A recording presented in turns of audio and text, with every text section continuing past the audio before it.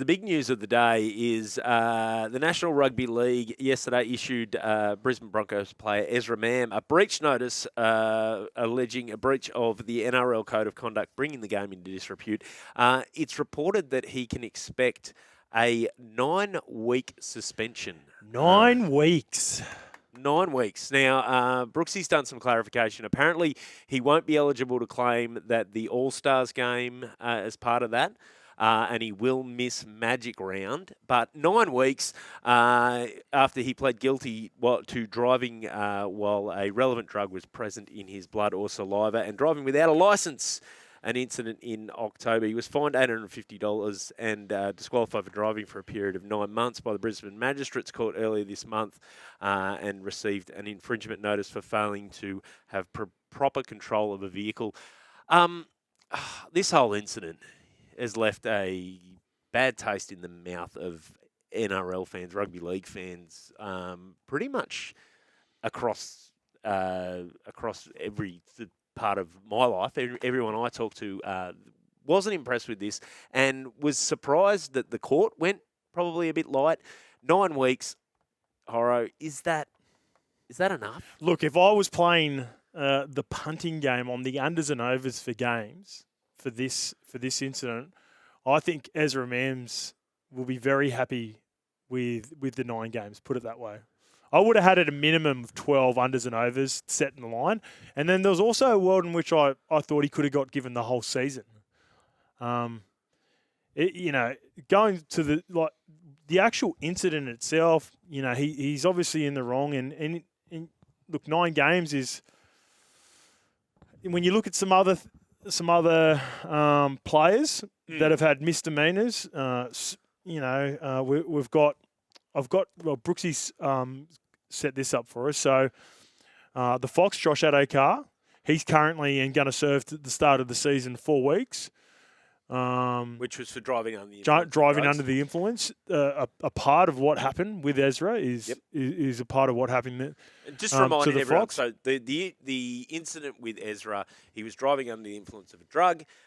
There was a car accident that he was found to blame for the car accident. That actually put a 4-year-old in hospital for a short period of time. Everyone's all right now. The 4-year-old had a broken hip, but he was unlicensed, so shouldn't have been driving. He was under the influence of a drug, and then caused an accident.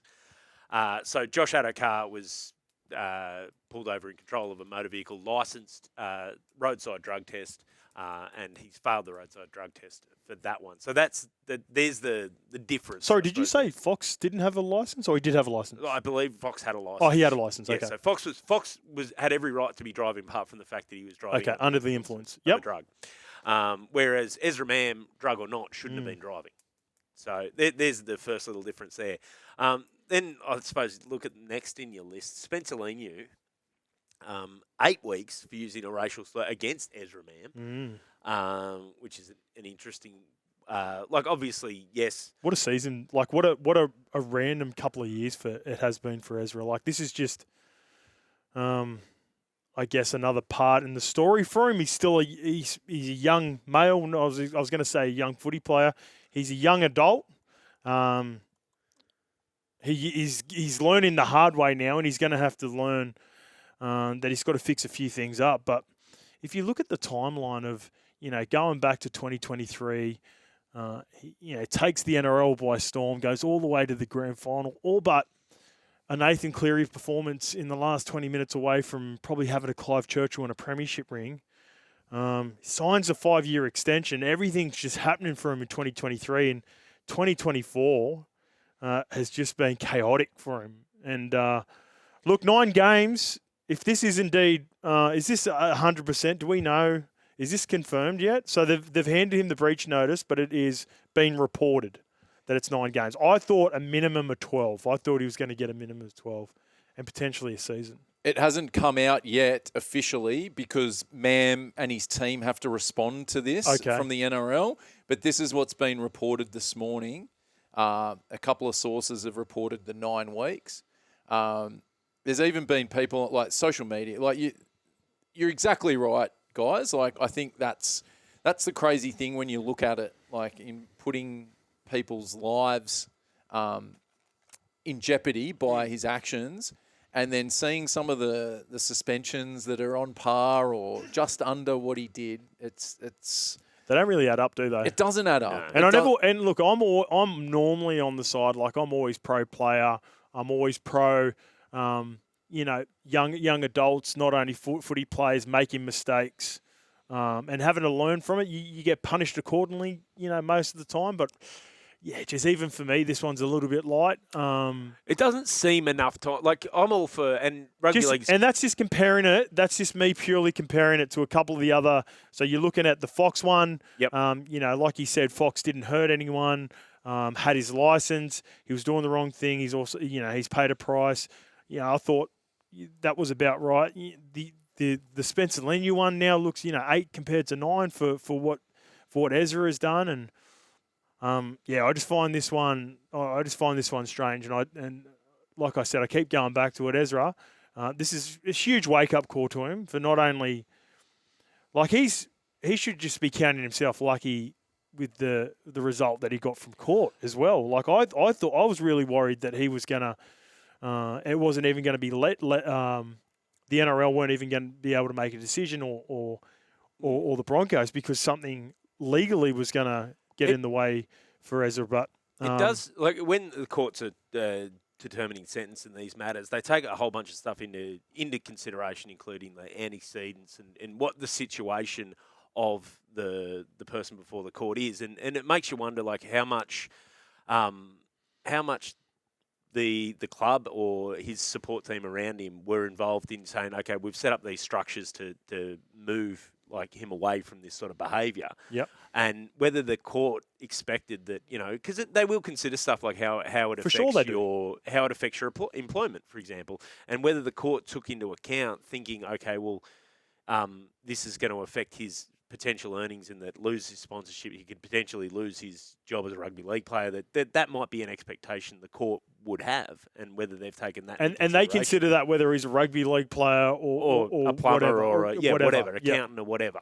So that's par for the course. So it makes you wonder, whether it just seems incredibly light to me. The whole thing seems incredibly light. So, and also the timing, like doing it before.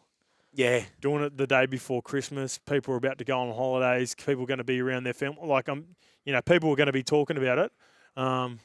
There aren't as many people probably socially active as there would be on stories like this because they're around family and Christmas time's coming up. So that, is the timing of it all as well is, don't get me wrong, they had to go through due process through the courts, and then off the back of that, then they would have had the opportunity to make this decision. But it does seem like, well, realistically, the season doesn't start for a little while. It doesn't seem like this breach notice needed to be sent right now. Christmas Eve. But the other thing there is, and one of the things that I think we forget is that there was reporting in September, like right after the end of the season, he was involved in an incident. The NRL were investigating him for an incident in Bali with a player. That's sort of one of the ones that we've forgotten about for good reason. But like, it's not like he's had an untroubled past either. Like there's clearly an issue, and I take into account that he's been in rehab, and you take at face value that he's doing all the things to get his life back on track. But it's hard to rehabilitate yourself in just 9 games. Yeah, look, there's got to be a starting point somewhere as well for him, and this is it. If this isn't a wake-up call, if he doesn't change his ways now off the back of this 9-week suspension, in a lot of people's eyes, the text line's going off right now. It is. It's probably, it's well and truly the busiest it has been on this episode. People are keen to get involved and let us know how they feel about this. Bulldog Bob's just done that. He said he was caught using illegal drugs, driving unlicensed, causing an accident which resulted in 3 persons being hospitalised. He gets 9 weeks/games. Conversely, Bronson Sherry was caught using illegal substances that only hurt him. He got 4 years. Oh, he had a whack here. Also, will the Broncos have any buys during his 9 weeks, reducing the penalties any further? I don't think buys count towards suspensions, do they? No, they don't. No, so it's not 9 weeks of the season. It's 9 games. So what's your take on the Sherry comparison? See, the Sherry one's different. It's very hard to compare to the Sherry because that's a set rules that is enforced by ASADA. That's a completely like the NRL can't get involved in that, can't they? If you test positive to performance enhancing, that's something that's been set. Now, well, this is so uncommon, and I suppose the Sherry situation is uncommon as much in rugby league, but in terms of worldwide sports, I think it's pretty. The general ban is 4 years for anyone caught to be doping in sport. So that's like worldwide. So everyone knows that that's sort of in place if you do that. Whereas this is super unique. Like he's ticked so many boxes that are wrong in this situation, and like I don't know how you have it's hard to find an apple to compare to. Exactly, yeah. Exactly. Well, Ted points out, afternoon gents, Mam and Addo-Carr should be 2 years under ASADA as Bronson Sherry, regardless of being performance enhancing or not, it's illegal. Wendell Saylor took the 2 years.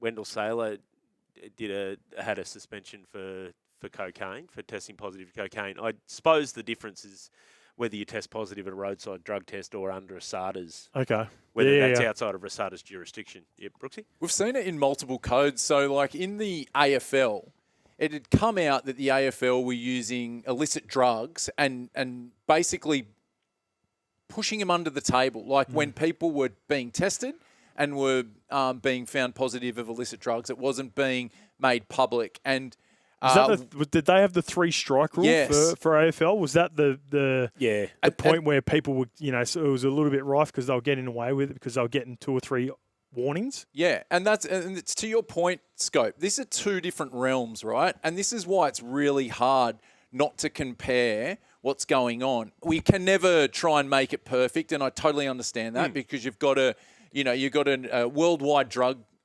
organisation that's trying to stop drug use, whether it be performance enhancing, illicit, whatever it might be, in all different sports around the world. And you've got codes like the NRL and AFL that are trying to, at the same time, look after their players, but keep their codes clean and try and not like let's declare everything that comes out because we've got sponsors, we've got money flooding in, we've got fans that spend their hard earned. So we don't want every 3 days to sort of show that some of our players are taking illicit drugs. And I can sort of see what they're doing because they want to rehabilitate the player as well. Because for sure. The club, the league want to make sure that they're doing the best thing by the player outside the game.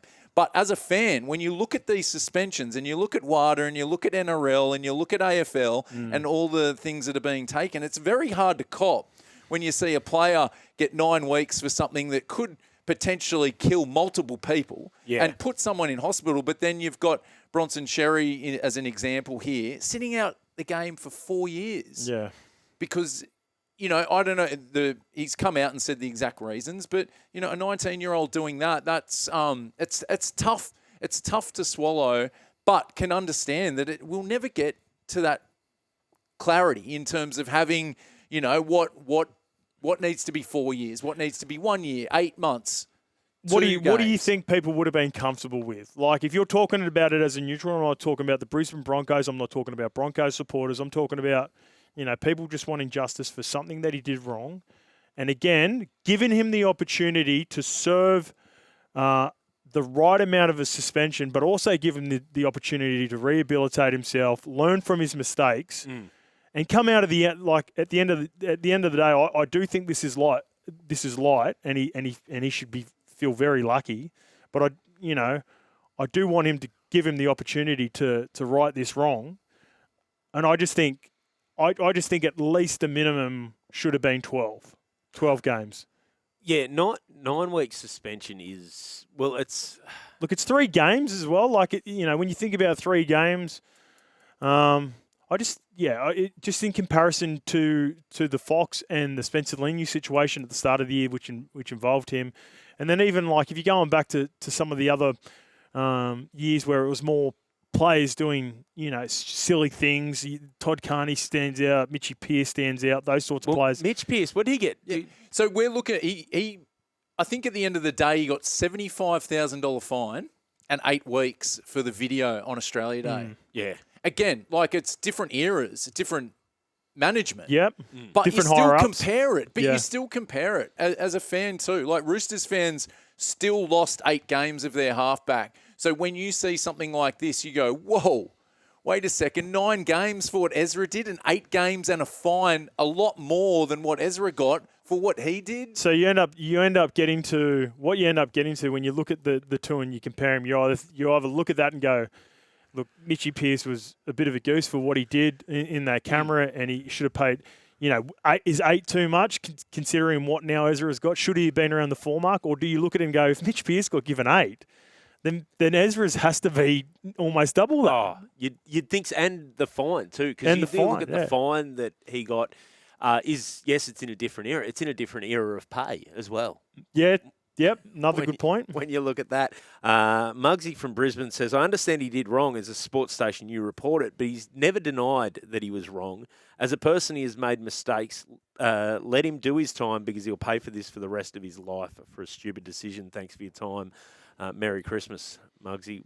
Yeah, Merry Christmas, Muggsy. Yeah, of course. Like I said, I've said this a couple of times now. I'm all for giving him the opportunity to rehabilitate and learn from this mistake. I just still think it's a little bit light, and the consensus is, mate, Muggsy, there are a lot of people texting in. Lundy is correct. We are hard-hitting journalists here at SEN at the moment for this run home, and people were fired up. That's it. Who else is texting, Barney? Mate, 171 says, why are we asking/expecting the NRL to be judge, jury and executioner? The court made its decision. If there's any problem with that, appeal the court's decision. Well, I don't think the NRL can appeal the court's decision.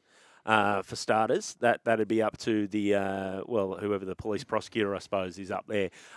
What I think the point of that is that they're two parallel processes. Like it's the NRL's action is about bringing the game into disrepute. And I don't know about you, but like I got a lot of I mix in a lot of social circles where with people who aren't really into rugby league, they only know rugby league through the news headlines, and I get really tired of defending rugby league because of dumb headlines. And this is one of the ones where I feel like rugby league this is an own goal. This is not.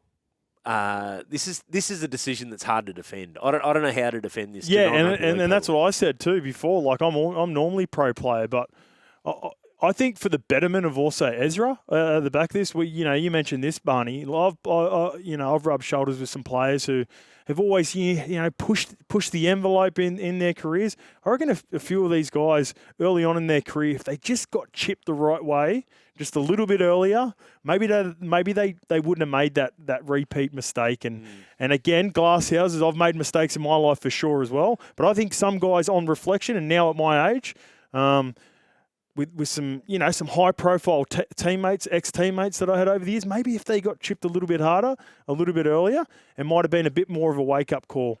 And that might have changed their ways, but well, Josh says, don't know if Muggsy's take passed the pub test. The fact that he had 3 previous offences suggests that he's not sorry that he got caught, which is probably to your point of like sometimes early intervention, getting in harder, and like we said, we're not for the betterment of Ezra. We don't want Ezra not to be able to rehabilitate himself, but I personally think that maybe this decision doesn't do him any favours in that now the conversation's about he got off light rather than.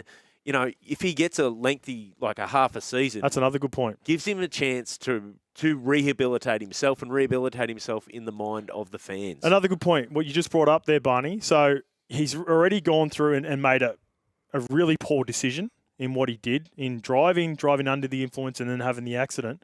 So he's been under the pump now for, a couple of months. Even though we said they've sort of broken it around this time, he's going to be under the pump now for the level of suspension. Yeah. Like, there are going to be people, and I would say the consensus is, and looking at the text line, we've got a few people sort of sticking up for him in the sense of the due process and making mistakes and redeeming himself. But 95% of those texts that are coming in through now are of the opinion that it was too light. What, you're still here? Well, you can see more on the Joel and Fletch socials and catch us live on SEN Radio, you beautiful humans.